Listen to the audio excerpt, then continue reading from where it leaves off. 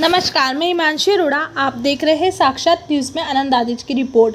बूंदी 2025 में पीएम श्री राजकीय उच्च माध्यमिक विद्यालय बूंदी में जिला स्तरीय प्रबल कार्यक्रम प्रतियोगिता का सफल आयोजन किया गया। इस प्रतियोगिता का उद्देश्य छात्रों में आवश्यक कौशल का विकास करना और उन्हें अपनी प्रतिभा प्रदर्शित करने के लिए मंच प्रदान करना था।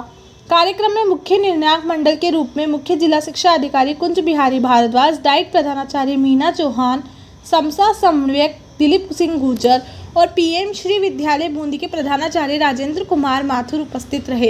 इनके साथ छात्रा धरा शर्मा और छात्र आदित्य मोदी भी निर्णायक प्रक्रिया में शामिल हुए। प्रतियोगिता में बूंदी जिले के प्रत्येक ब्लॉक से 2-2 छात्र और छात्रा ने भाग लिया, जिसमें से कुल 10 प्रतिभागियों ने अपना प्रतिभा का प्रदर्शन किया। नेनवा ब्लॉक से धीरज बेरवा, अनुष्का गोचर, तारड़ा ब्लॉक से करण मेघवाल, शिक्षा कुमारी, केशवरिया पाटन से जमुना और मोहित रायका रही। वहीं इंढोली से अंकित कुमार व निधि जैन रही। बूंदी ब्लॉक से अरविंद कहार, वंशिका जैन ने अच्छी प्रस्तुति दी। इन्हें लॉटरी के माध्यम से 5 कौशल आवंटित किए गए, जिन पर प्रतिभागियों ने अपनी अद्भुत प्रतिभा का प्रदर्शन करते हुए सभी निर्दिष्ट कौशलों को सफलतापूर्वक प्रस्तुत किया। 4 प्रतिभागियों को राज्य स्तर पर आयोजित विधानसभा में भाग लेने के लिए चयनित किया। छात्र वर्ग धीरज बेरवा, राजकीय उच्च माध्यमिक विद्यालय तलवास, छात्र वर्ग करण मेघवाल, राजकीय उच्च माध्यमिक विद्यालय सुआसा, छात्रा वर्ग निधि जैन, राजकीय बालिका उच्च माध्यमिक विद्यालय आलोद, छात्रा वर्ग वंशिका जैन, महात्मा गांधी विद्यालय नमाना रही। अंत में मुख्य जिला शिक्षा अधिकारी कुंज बिहारी भारद्वाज ने सभी प्रतिभागियों को शील्ड और प्रमाण पत्र प्रदान कर उनका मनोबल बढ़ाया और उन्हें भविष्य के लिए शुभकामनाएं दी। कार्यक्रम का संचालन प्रबल कार्यक्रम प्रभारी जय प्रकाश त्रिपाठी और प्रीतम अरोड़ा ने किया। पीएम श्री विद्यालय से कार्यक्रम प्रभारी के रूप में रमेश गुज्जर व्याख्याता ने महत्वपूर्ण भूमिका निभाई। इस सफल आयोजन में प्रबल टीम सहयोगी डॉक्टर रंजीत खींची, सुमित विजयवर्गीय, सैफ अली, प्रीतम अरोड़ा, भुवनेश गौतम, अनिता चौधरी और आशा शर्मा का विशेष योगदान रहा। अंत में प्रधानाचार्य पीएम श्री विद्यालय बूंदी राजेंद्र कुमार माथुर ने सभी अतिथियों, निर्णायक मंडल, प्रतिभागियों और सहयोगियों का आभार व्यक्त किया और धन्यवाद ज्ञापन दिया। तो आइए देखते हैं साक्षात न्यूज़ में पूरी खबर।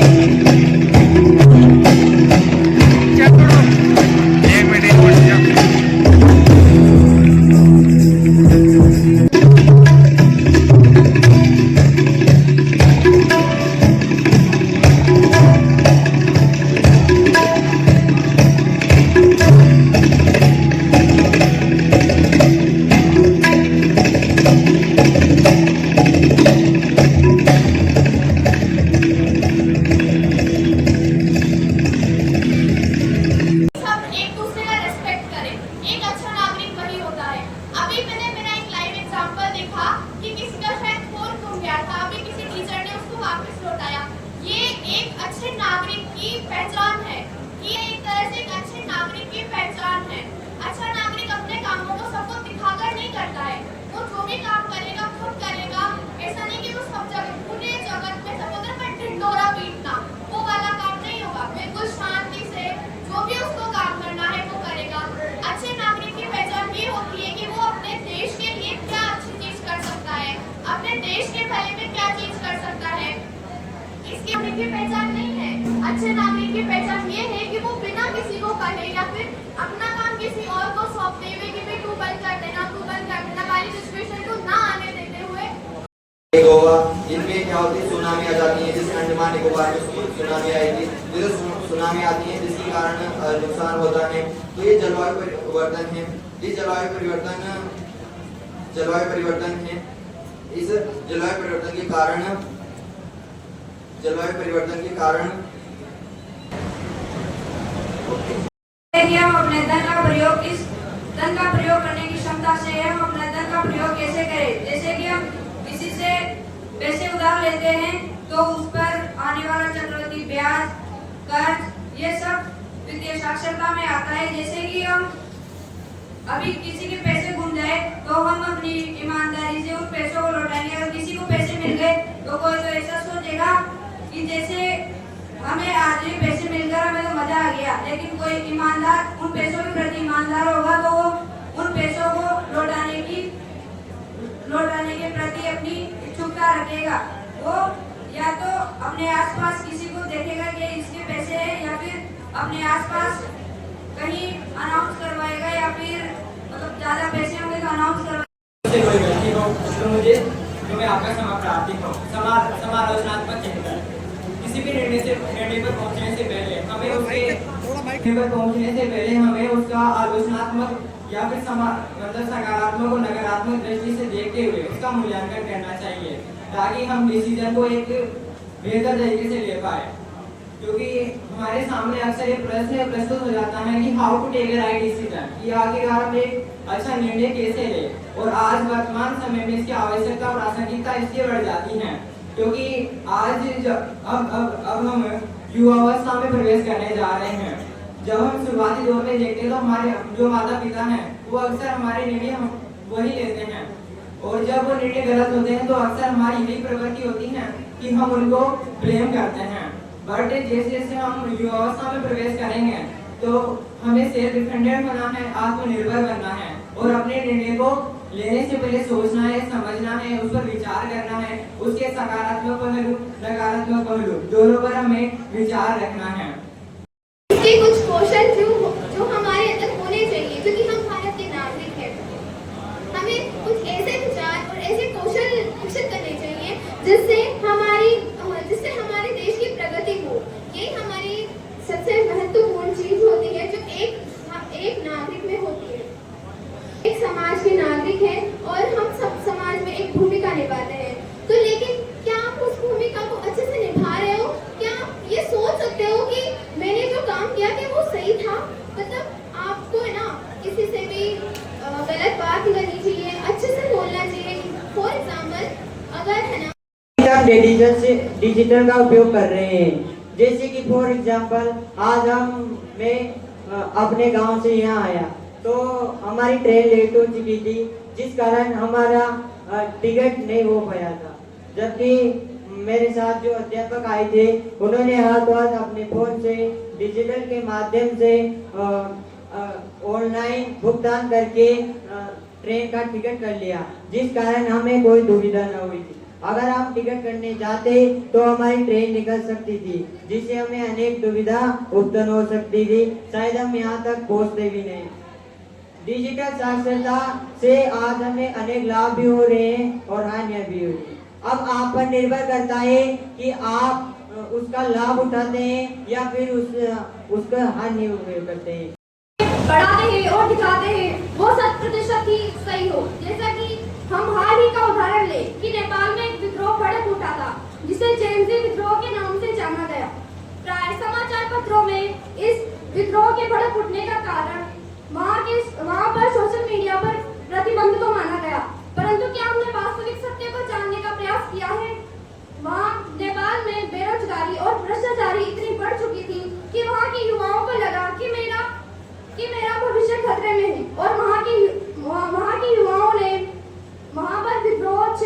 जिसे जेन ज़ी विद्रोह के नाम से जाना गया। इस विद्रोह के कारण बहुत सी जन और धन की हानि भी हुई है, परंतु अब वहाँ कुछ सुधार है और इसी विद्रोह के कारण नेपाल में अब थोड़ी शांति और कायम है। इसी प्रकार जब भी हम समाचार पत्रों में कुछ भी पढ़ते हैं तो हम उस पर आंख बंद करके विश्वास नहीं करना चाहिए। हमें स्वयं को भी उस स्थिति, उस परिस्थिति में रहकर स्वयं को रखकर उस परिघटना की घटित होने के कारणों को जानना और समझना चाहिए। तो मुझे सब जागरूकता यानी स्वयं के बारे में स्वयं के बारे में सब जागरूक होना यह बहुत अच्छी बात होती है। यह हमें अपने सपनों की उड़ान में ऊर्जा उड़ाता है। स्वयं के प्रति जागरूक होकर ही हम एक जिम्मेदार नागरिक बन पाते हैं। स्वयं के बारे में जागरूक होने पर हम अपने कार्यों को भी स्वयं से सिद्ध कर लेते हैं। अगर हम सब जागरूक होंगे तभी हम समाज के प्रति जागरूक नागरिक बनेंगे। समाज में हमें इज्जत मिलेगी, सम्मान बढ़ेगा सब जागरूक के प्रति। सब जागरूक होकर ही हम समाज में अनेक निर्णायक भूमिकाएं निभा सकते हैं और उसकी जिम्मेदारी का बोध आप जाने कि तकनीक को कैसे उपयोग करना है, क्योंकि आज का युग तकनीक का, विज्ञान का युग है, जहां आपको अनेक आविष्कार देखने को मिलते हैं। जैसा कि आप यहाँ देख सकते हैं कि अभी मोबाइल के माध्यम से रिकॉर्डिंग की जा रही है, तो ये भी डिजिटल साक्षरता के अंतर्गत ही आता है। हमें इसके दोनों पक्षों को समझना होगा। एक है सकारात्मक पक्ष और एक है नकारात्मक पक्ष। सकारात्मक पक्ष के अंतर्गत इसके उपयोगों को शामिल किया जाता है। अब डिजिटल साक्षरता के उपयोग क्या है? जैसे कि हम ऑनलाइन क्लासेस लेते हैं, देयर इज आल्सो डिजिटल साक्षरता। हम ऑनलाइन जॉब्स करते हैं, घर पे रिमोट वर्क अर्थात घर पे से ही जॉब करना।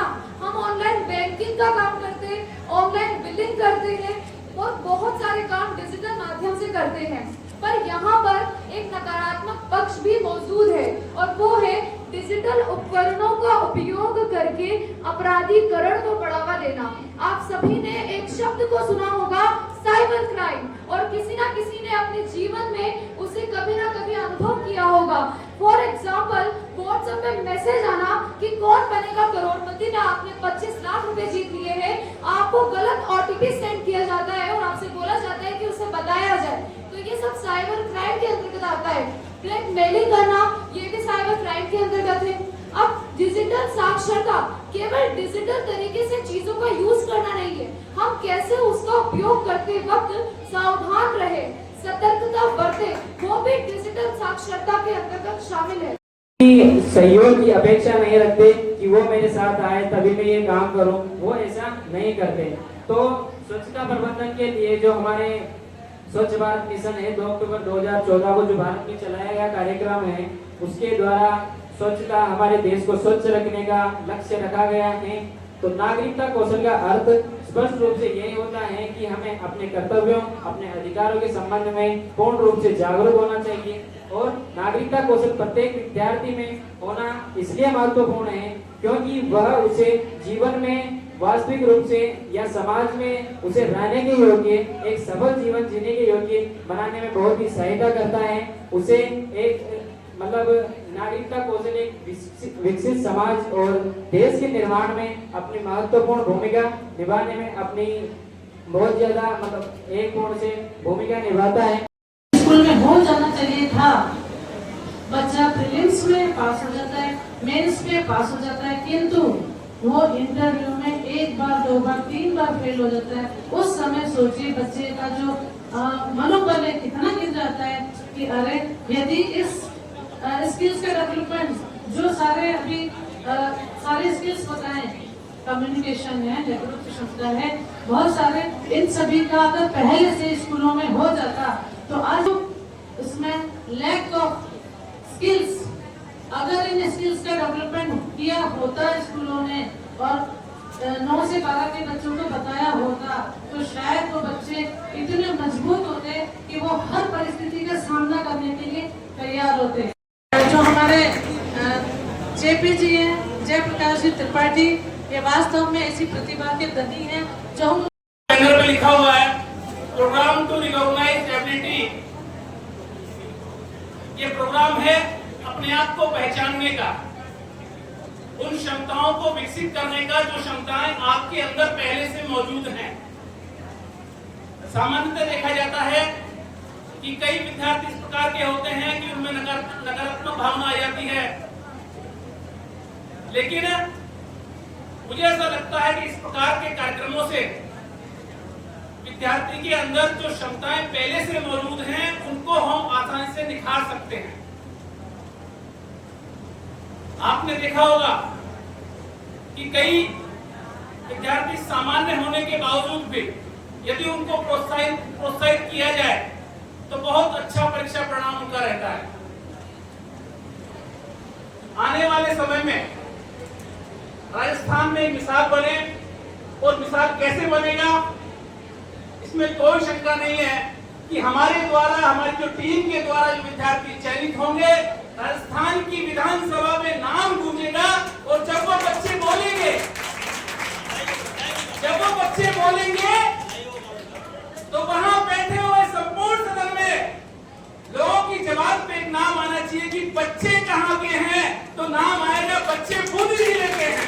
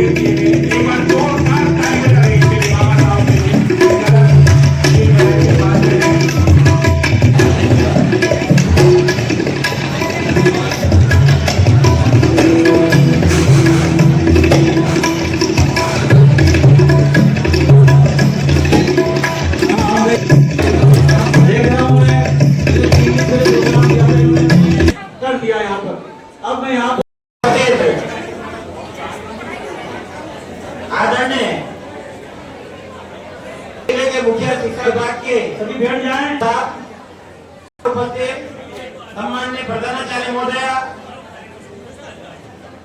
से सम्मान्य एपीसी सुजय साहब आगे आए हैं, समस्त प्रतिभावान संभागी, इनके साथ जो प्रभारी आए हैं सभी प्रभारी साहिबान, जज साहिबान और जो प्रतिनियुक्त स्टाफ इस कार्यक्रम को सफल बनाने के लिए वो समस्त स्टाफ, मेरे स्थानीय विद्यालय के सहायक प्रधानाचार्य ओम जी वर्मा साहब, मेरे समस्त विद्वान साथी, बंधु बहने, प्यारे छात्रों, पत्रकार बंधु, यहाँ पे पदारी जी सर, जो प्रभारी रमेश जी सर, रणजीत जी सर और यहाँ पर उपस्थित सभी साहिबान, मैं आपका इस कार्यक्रम में बहुत हार्दिक स्वागत, हार्दिक अभिनंदन करता हूँ। प्रबल कार्यक्रम में ये हमारी एनईपी 2020 नई राष्ट्रीय शिक्षा नीति के अंतर्गत विद्यार्थियों के समग्र विकास और उन्हें जिम्मेदार नागरिक बनाने के लिए एक किया गया प्रयास है और सभी विद्यार्थी इस बदलते वातावरण में अपने आप को अनुकूल बनाए। यदि प्रतिस्पर्धा का युग है तो उस प्रतिस्पर्धा के युग में अपने आप को योग्य बनाए। ये जो प्रबल कार्यक्रम है वो इसी के अंतर्गत इसी पर जोर देता है कि विद्यार्थी अपने आप को समर्थ बनाए। आपने सभी ने डार्विन का सिद्धांत भी पढ़ा है। डार्विन का सिद्धांत यही कहता है कि योग्यतम का वर्ण होता है, यानी जो योग्य है इस प्रकृति के अंदर, प्रकृति अपने आप उसका चयन कर लेगी। आपको योग्य बनना है और ये जो प्रबल कार्यक्रम है वो आपको योग्य बनाने की कला जो है ये आपके अंदर विकसित करता है। कार्यक्रम में आप सभी पधारे, आपने अपना अमूल्य समय दिया, मैं सभी को बहुत बहुत धन्यवाद देता हूँ। आभार। का आज कार्यक्रम हुआ है, क्या किस प्रकार का कार्यक्रम है और क्या उद्देश्य? नई राष्ट्रीय शिक्षा नीति 2020 के अंतर्गत